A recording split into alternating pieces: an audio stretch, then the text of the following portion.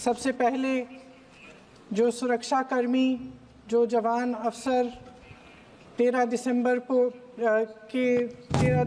को संसद की सुरक्षा के लिए शहीद हुए, उनके प्रति मैं श्रद्धांजलि व्यक्त करना चाहती हूँ। महोदय, हजारों साल पुरानी हमारी देश की, धर्म की एक पुरानी परंपरा रही है। ये परंपरा संवाद, चर्चा की रही है। एक गौरवशाली परंपरा है जो दर्शन ग्रंथों में, वेदों में, उपनिषदों में दिखती है। वाद विवाद और संवाद की हमारी पुरानी संस्कृति है।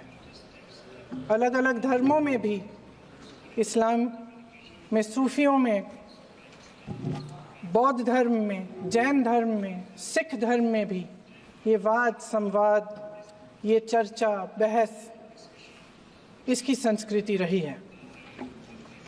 इसी परंपरा से उभरा हमारा स्वतंत्रता संग्राम। हमारा स्वतंत्रता संग्राम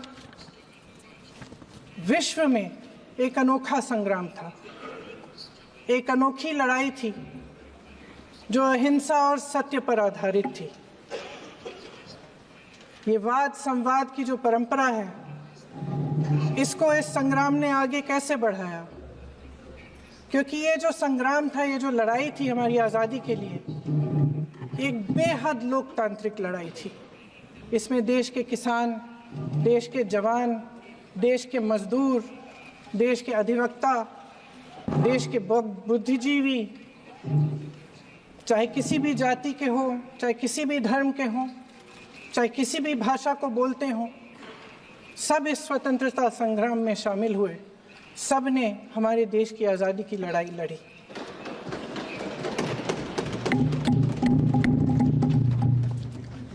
और उसी आज़ादी की लड़ाई से एक आवाज़ उभरी जो हमारी देश की आवाज़ थी। वो आवाज़ ही आज हमारा संविधान है।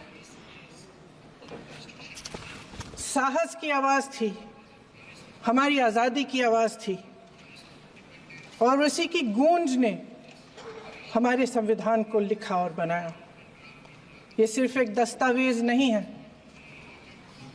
बाबा साहेब अम्बेडकर, मौलाना आज़ाद जी, राजगोपालाचारी जी और जवाहरलाल नेहरू जी और उस समय के तमाम नेता, जैसे आपने कहा, इस संविधान को बनाने की जो कार्य में सालों के लिए जुटे रहे। हमारा संविधान इंसाफ, उम्मीद, अभिव्यक्ति और आकांक्षा की वो ज्योत है जो हर हिंदुस्तानी के दिल में जलती है। अध्यक्ष महोदय, इस ज्योत ने हर एक भारतीय को ये पहचानने की शक्ति दी कि उसे न्याय मिलने का अधिकार है, कि उसमें अपने अधिकारों के लिए आवाज़ उठाने की क्षमता है, कि जब वो आवाज़ उठाएगा तो सत्ता को उसके सामने झुकना पड़ेगा। इस संविधान ने हर एक देशवासी को ये अधिकार दिया कि वो सरकार बना भी सकता है और सरकार बदल भी सकता है। ये ज्योत जो हर हिंदुस्तानी के दिल में जलती है, उसने हर हिंदुस्तानी को ये विश्वास दिया कि देश की संपत्ति में, देश की दौलत में, संसाधनों में उसका भी हिस्सा है, कि उसे एक सुरक्षित भविष्य की उम्मीद का अधिकार है, कि देश बनाने में भी उसकी भागीदारी है। उम्मीद और आशा की ये ज्योत मैंने देश के कोने कोने में खुद देखी है। उन्नाव में मैं एक रेप पीड़िता के घर गई, उसे जलाकर मार डाला था। वो शायद 20-21 साल की होगी। हम सब के बच्चे हैं। हम सोच सकते हैं कि अगर हमारी बेटी के साथ बार बार बलात्कार हुआ और फिर जब वो अपनी लड़ाई लड़ने के लिए गई तो उसको जलाकर मार डाला गया होता तो हम पर क्या बीतती। मैं उस बच्ची के पिता से मिली, उसके खेत जलाए गए थे, उसके भाइयों को पीटा गया था, उसके पिता को बाहर से घर के बाहर घसीट कर मारा गया था। उस पिता ने मुझे बताया कि बेटी, मुझे न्याय चाहिए। मेरी बेटी अपने एफआईआर को दर्ज करने के लिए जब जिले में गई तो उसको मना किया गया, अगले जिले में जाना पड़ा उसे। वो रोज सुबह 6 बजे उठकर तैयार होकर अकेली अपने मुकदमे को लड़ने के लिए अगले जिले में ट्रेन से जाती थी। उसके पिता ने मुझे कहा कि मैंने उससे कहा, बेटी अकेले मत जाओ, छोड़ दो ये लड़ाई, लेकिन उसकी बेटी ने उसको जवाब दिया कि नहीं पिताजी, मैं अकेली जाऊंगी, मैं लड़ूंगी, ये मेरी लड़ाई है, मैं इसको लड़ूंगी। ये लड़ने की क्षमता, ये हिम्मत उस लड़की को और करोड़ों भारत की नारियों को हमारे संविधान ने दी। आगरा में मैं अरुण वाल्मीकि के घर गई। अरुण वाल्मीकि पुलिस स्टेशन में काम करता था, सफाई का काम करता था। आप सोच सकते हैं हमारी तरह उसका भी परिवार था। नई नई शादी हुई थी, 2-3 महीनों का बच्चा था। पुलिस स्टेशन में चोरी हो गई। चोरी का इल्जाम उस पर लगाया गया। उसके पूरे परिवार को उठाकर पुलिस स्टेशन में ले गए। आप हंस रहे हैं, लेकिन ये गंभीर बात है। गंभीर बात। शर्म करो, शर्म। अरुण वाल्मीकि को पीट पीट के मार डाला, उसकी बीवी को पीटा, उसके पिता के नाखून निकाले, उसके पूरे परिवार को पीटा गया। जब मैं उस जवान महिला से मिलने गई जो अभी अभी विधवा हुई थी, तो उसने मुझे कहा कि दीदी, हमें सिर्फ एक चीज चाहिए, हमें न्याय चाहिए और हम इस न्याय के लिए लड़ते रहेंगे, चाहे कुछ भी हो जाए। ये हिम्मत उस महिला को हमारे संविधान ने दी।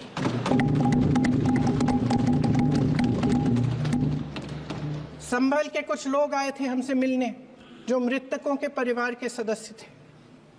उसमें 2 बच्चे थे, अदनान और उजैर। अब सुनिए, उसमें 2 बच्चे थे, अदनान और उजैर। एक बच्चा मेरे बच्चे की उम्र का है, दूसरा उससे छोटा 17 साल का है। दर्जी के बेटे थे। दर्जी का एक ही सपना था कि वो अपने बेटों को पढ़ाएगा, लिखाएगा। एक बेटा डॉक्टर बनेगा, एक बेटा भी सफल होगा दूसरा बेटा भी अपने जीवन में सफल होगा। उनके पिताजी हर रोज उनको स्कूल छोड़ते थे। उस दिन भी स्कूल छोड़ने के बाद अपनी दुकान में चले गए। उन्हें पता नहीं था कि विवाद हो रहा है। उन्होंने भीड़ देखी, घर आने की कोशिश की तो पुलिस ने गोली से मार डाला। वो 17 साल का बच्चा अदनान मुझसे कहता है,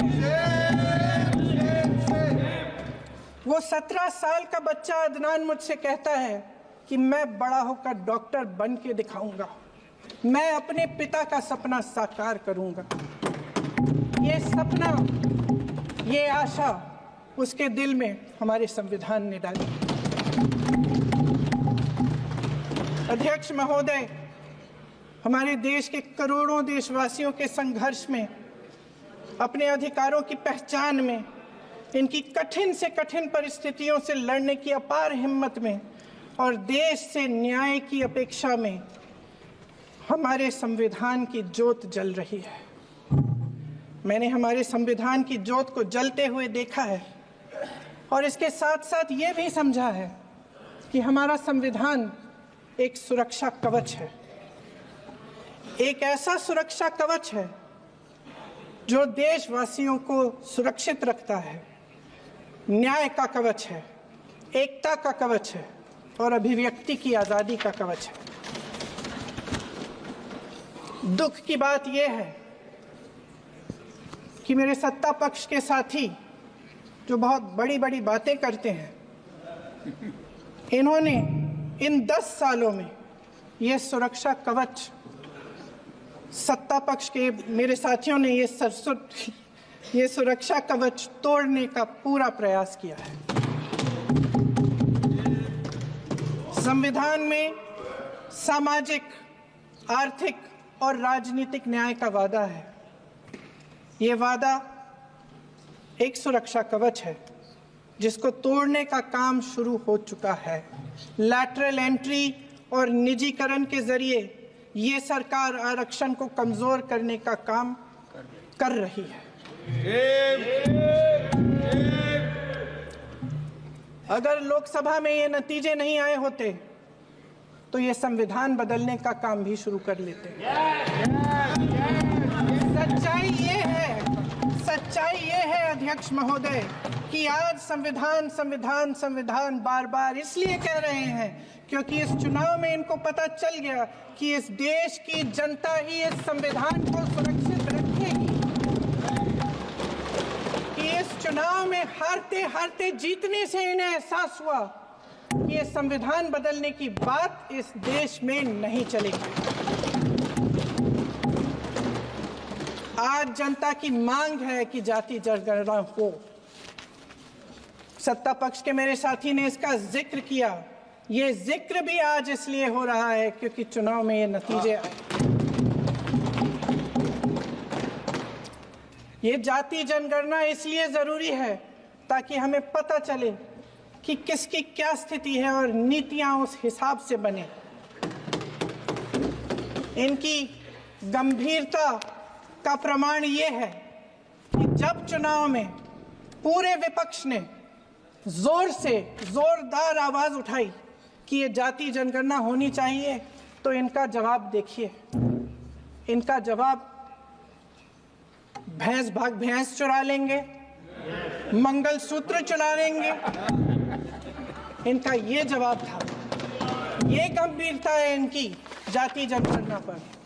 महोदय, हमारे संविधान ने आर्थिक न्याय की नींव डाली, किसानों, गरीबों और को जमीन बांटी, भूमि सुधार किया, जिसका नाम लेने से कभी कभी आप झिझकते हैं और कभी कभी उनका नाम धड़ाधड़ इस्तेमाल किया जाता है अपने आप को बचाने के लिए। उन्होंने HAL, BHEL, SAIL, GAIL, ONGC, NTPC, railways, IIT, IIM, oil refineries, तमाम PSU बनाए। अध्यक्ष महोदय, उनका नाम पुस्तकों से मिटाया जा सकता है, उनका नाम भाषणों से मिटाया जा सकता है, लेकिन जो उनकी भूमिका रही इस देश की आज़ादी के लिए और इस देश के निर्माण के लिए, वो इस देश में से कभी मिटाया नहीं जा सकता। 75 सालों में जनता का भरोसा रहा कि नीतियां बनेंगी तो जनता की भलाई के लिए बनेंगी। जल जंगल जमीन का अधिकार मिला आदिवासी भाई बहनों को। इंदिरा जी ने बैंकों का राष्ट्रीयकरण करवाया, खदानों का राष्ट्रीयकरण कराया। कांग्रेस और यूपीए की सरकारों में शिक्षा का, भोजन का अधिकार मिला। 75 सालों में जनता का भरोसा मिला। पहले संसद चलती थी तो जनता की उम्मीद होती थी कि सरकार महंगाई और बेरोजगारी पर चर्चा करेगी, कोई उपाय निकालेगी, कोई रास्ता निकालेगी। लोग मानते थे कि अगर कोई नई आर्थिक नीति बनेगी तो देश की अर्थव्यवस्था को मजबूत बनाने के लिए बनेगी, तो भारतीय बाजार को मजबूत बनाने के लिए बनेगी, उनके भविष्य को मजबूत बनाने के लिए बनेगी।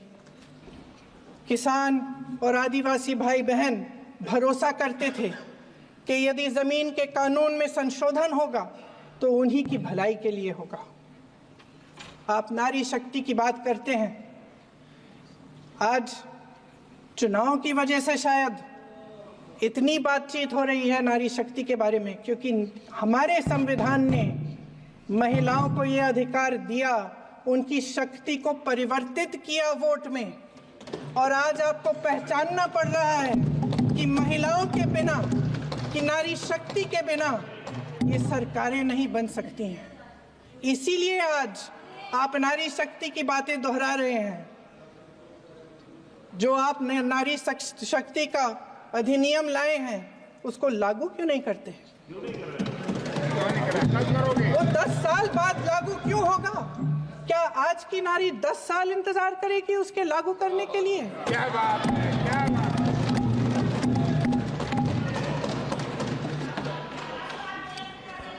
आज संसद में बैठे हुए सत्ता पक्ष के मेरे साथी ज्यादा से ज्यादा अतीत की बातें करते हैं। 1900 किस में क्या हुआ, कब हुआ, नेहरू जी ने क्या किया। अरे वर्तमान की बात करिए, देश को बताइए आप क्या कर रहे हैं, आपकी जिम्मेदारी क्या है?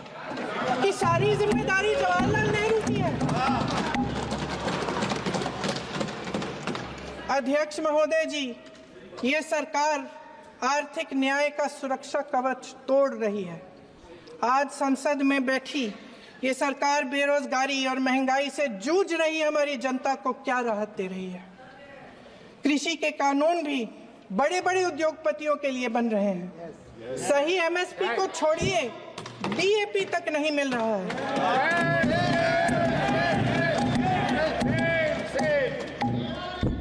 वायनाड से लेकर ललितपुर तक इस देश का किसान रो रहा है। आपदा आती है तो उसको कोई राहत नहीं मिलती। भगवान भरोसे है आज इस देश का किसान, उसको छोड़ दिया गया है। आज हिमाचल में देखिए, जितने भी कानून बने हैं वो सब बड़े बड़े उद्योगपतियों के लिए बन रहे हैं। हिमाचल में जो सेब उगता था उसके जो छोटे छोटे किसान हैं वह रो रहे हैं, क्योंकि एक व्यक्ति के लिए सब कुछ बदला जा रहा है। सुनने की हिम्मत रखो।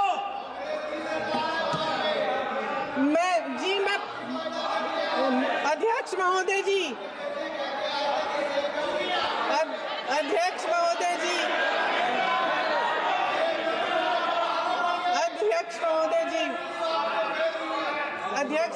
जी, अडानी जी को सारे कोल्ड स्टोरेज प्रदेश की सरकार ने नहीं दिए।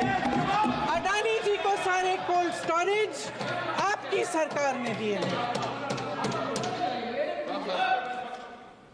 देश देख रहा है कि एक व्यक्ति को बचाने के लिए 142 करोड़ देश की जनता को नकारा जा रहा है। सारे बिजनेस, सारे संसाधन, सारी दौलत, सारे मौके एक ही व्यक्ति को सौंपे जा रहे हैं। सारे बंदरगाह, एयरपोर्ट्स, सड़कें, रेलवे का काम, कारखाने, खदानें, सरकारी कंपनियां सिर्फ एक व्यक्ति को दी जा रही है। जनता के मन में हमेशा ये विश्वास होता था कि अगर कुछ नहीं है तो संविधान हमारी सुरक्षा करेगा, मगर आज आम लोगों के बीच ये धारणा बनती चली जा रही है कि सरकार सिर्फ अडानी जी के मुनाफे के लिए चल रही है। देश में बहुत तेजी से गैर बराबरी बढ़ रही है। जो गरीब है वो और गरीब हो रहा है, जो अमीर है वो और अमीर हो रहा है। इस सरकार ने आर्थिक न्याय की भी सुरक्षा कवच तोड़ दिया है।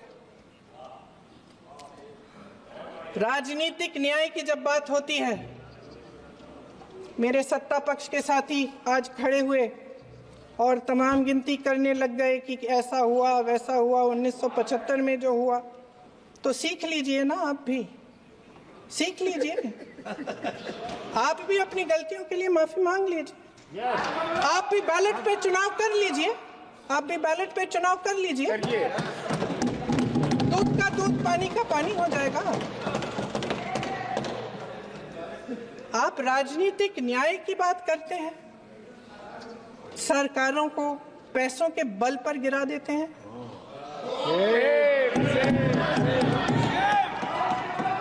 मेरा आग्रह है कि अपन संविधान में सकारात्मक बोले।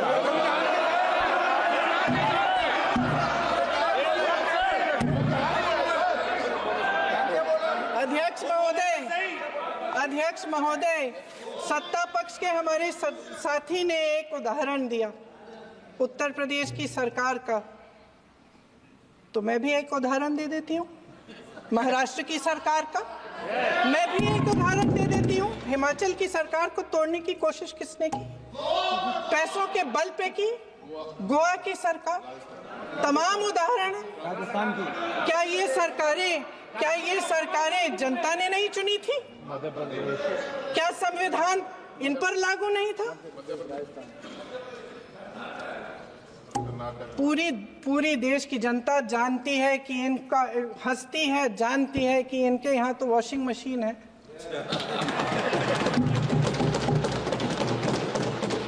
तो यहाँ से वहां जाता है वो धुल जाता है। इस तरफ दाग, उस तरफ स्वच्छता। और मेरे कई ऐसे साथी हैं जो इस तरफ होते थे उस तरफ चले गए,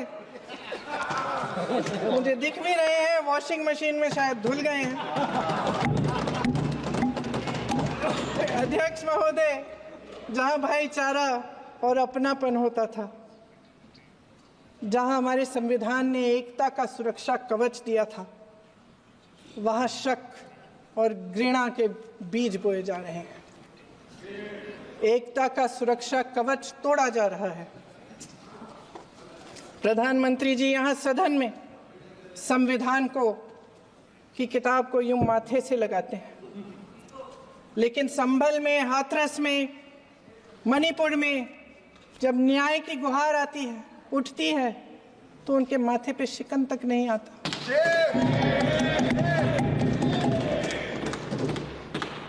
शायद समझ नहीं पाए हैं कि भारत का संविधान संघ का विधान नहीं है।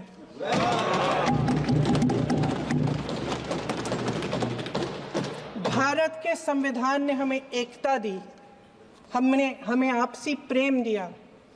उस मोहब्बत की दुकान जिस पर आपको हंसी आती है, उसके साथ करोड़ों देशवासी चले। करोड़ों देशवासियों के दिल में एक दूसरे के लिए प्रेम है, घृणा नहीं है।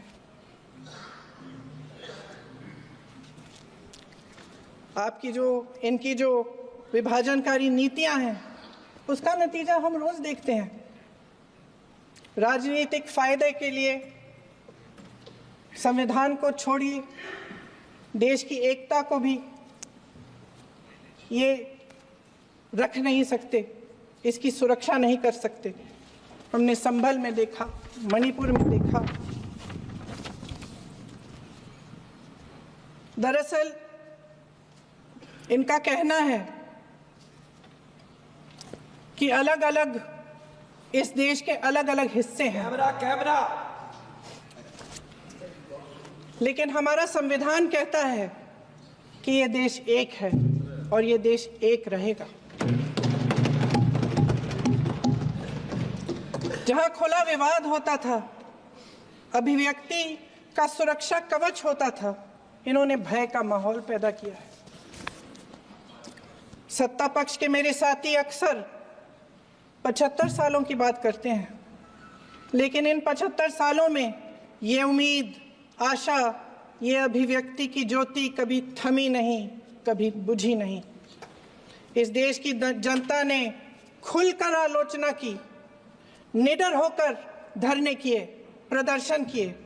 जब जब जनता नाराज हुई, तब तब सत्ता को ललकारा, उसे चेतावनी दी, बड़े से बड़े नेताओं को कटघरे में खड़ा किया, उनसे जवाब मांगा, न्याय मांगा। इस देश के छोटे छोटे से नुक्कड़ की दुकानों में, चाय की दुकानों में, इस देश के घरों में, गलियों में, मोहल्लों में, अखबारों में, प्रकाशन घरों में, न्यायपालिकाओं में चर्चा कभी बंद नहीं हुई। लेकिन आज ये माहौल नहीं है। आज जनता को सच बोलने से डराया जाता है। धमकाया जाता है।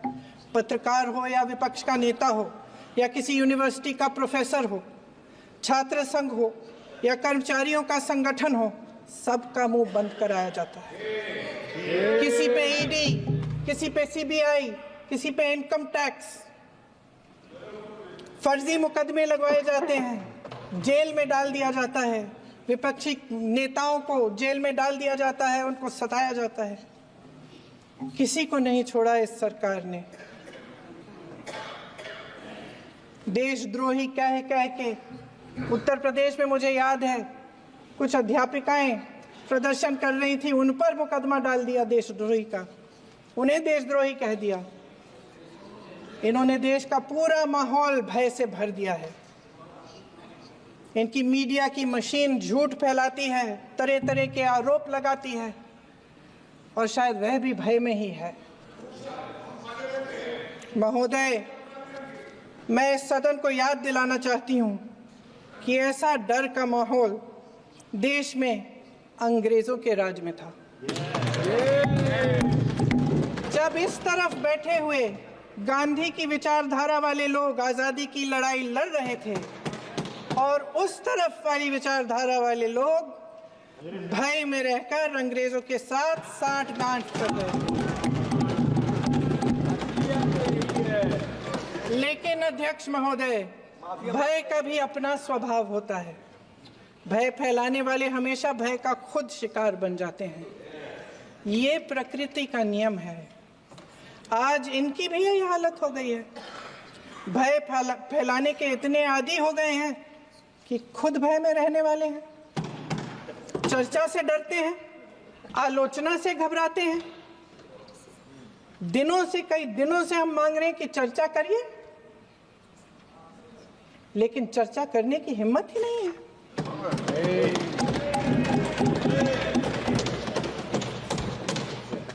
एक कहानी होती थी अध्यक्ष महोदय, शायद बचपन में आपने भी सुनी होगी। राजा भेष बदलकर बाजार में आलोचना सुनने जाता था। ये सुनने जाता था कि प्रजा मेरे बारे में क्या कह रही है, मैं सही रास्ते पे चल रहा हूं कि नहीं। लेकिन आज का राजा, भेष तो बदलते हैं आज के राजा, शौक तो है उनको भेष बदलने का, लेकिन न जनता के बीच जाने की हिम्मत है और न आलोचना सुनने की। महोदय, मैं तो सदन में नहीं हूं।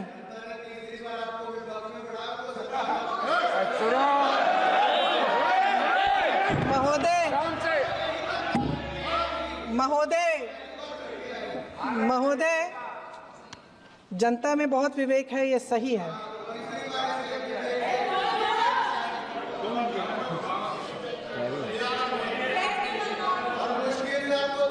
अच्छा महोदय, मैं सदन में नहीं हूँ,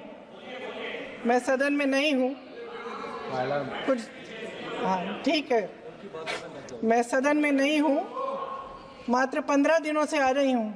लेकिन मुझे ताज्जुब होता है कि इन 15 दिनों में इतनी बड़े इश्यूज हैं, इतनी बड़ी बातें हैं, प्रधानमंत्री जी मात्र एक दिन के लिए, शायद 10 मिनट के लिए दिखे हैं सब।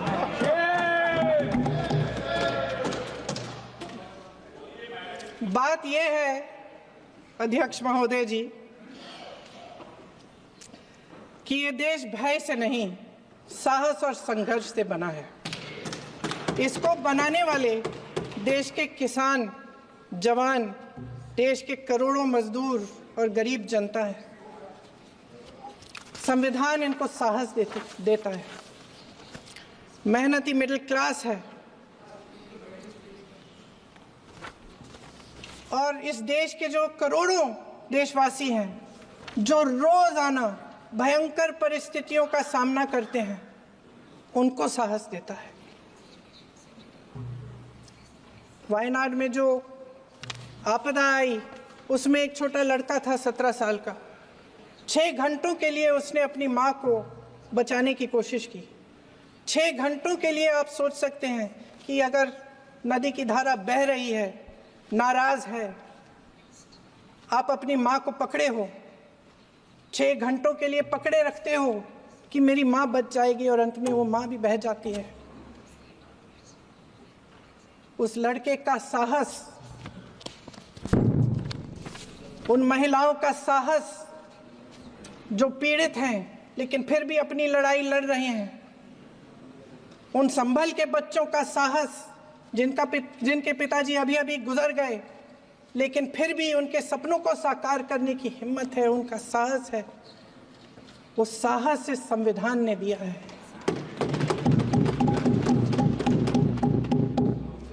वो आत्मविश्वास इस संविधान ने दिया है। ये देश भय से नहीं चल सकता, ये देश साहस से ही चलेगा। भय की भी सीमा होती है और जब वो सीमा पार हो जाती है, जब किसी को इतना दबाया जाता है कि उसको लगने लगता है कि अब मेरे पास खोने के लिए कुछ नहीं है, तब उसमें एक ऐसी शक्ति पैदा होती है जिसके सामने कोई कायर खड़ा नहीं हो सकता। ये देश कायरों के हाथों में ज्यादा देर तक कभी नहीं रहा है। ये देश उठेगा, ये देश लड़ेगा, सत्य मांगेगा, सत्यमेव जयते।